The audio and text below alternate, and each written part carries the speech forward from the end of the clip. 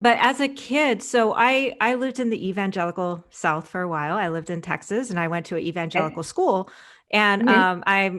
I grew up my family hardcore Catholics. So I Okay. was always intuitive. I felt things and I felt like I was in tune with the universe, but I had no explanation of what was going on. And back then, like there's no Google, so you're just really up to you. And because I was so interested in, what people call woo now, it was considered bad back then.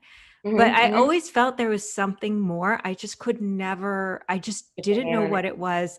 I Right. didn't know if it was a gift. I didn't know if it was just um I didn't know whether to call it God. And it wasn't until I learned everything as well, like the law of attraction, the universe manifesting, that I was like, oh, this is what it is.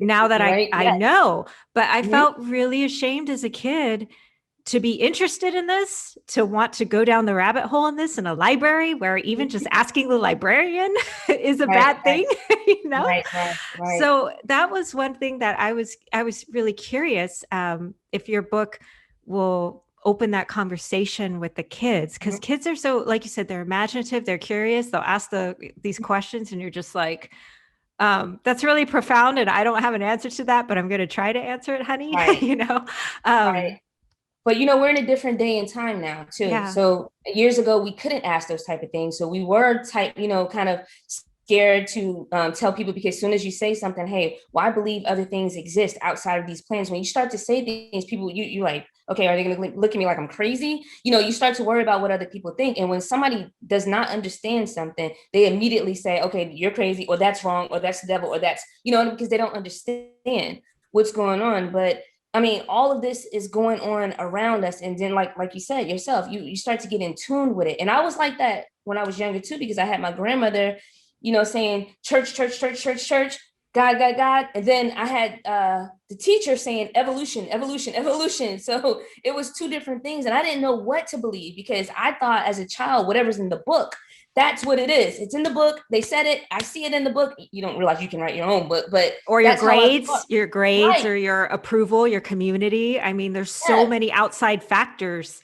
Yeah, it is. Yeah. But you always worry about what other people are thinking. And so I think now once you stop worrying about what other people are thinking, then you can get in tune with what it is. And no matter what it is, if you believe it, it will work. If you don't believe it, it won't work. So everybody's gonna have an opinion about it. So I'm not the type that's gonna go back and forth with anyone on anything. I can give you suggestions and processes, and then all I can say to you is try it.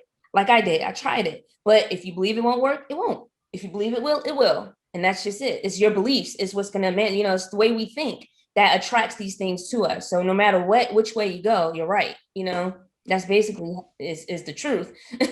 Yeah. And I earlier you said that more families are more open-minded about this. Have you ever had like a traditional like evangelical, or or even, it doesn't even have to be Christian based. It could be just a different culture.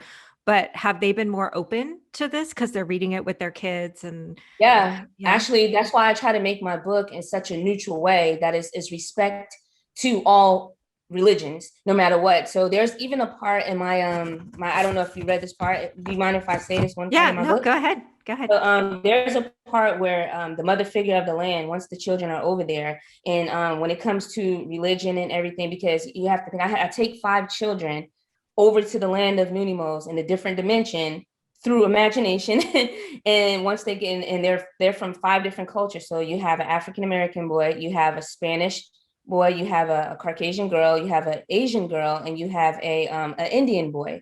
So I always want to spread unity and keep on all my books will always be different cultures, always. You know what I mean? Because I'm going to try to unite us all. But once they get to the land, the first thing she explains to them, since they're from all different cultures, she says, um, is the higher power source energy. We would first like to acknowledge the existence of a higher power. This is one force in which all things are made. It does not matter what you call it, but the importance of its existence is key to all creation. Many groups will form and have many different names that they call this higher power, but they should all be treated equally and with respect. You should never compare names or compete as to who's right or wrong in your beliefs. we would like you to understand that there is such a force that is responsible for everything you see and can't see.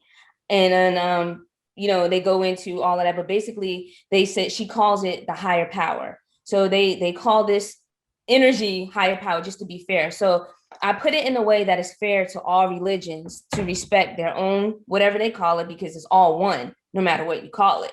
It's all one. So I try to be fair for everyone.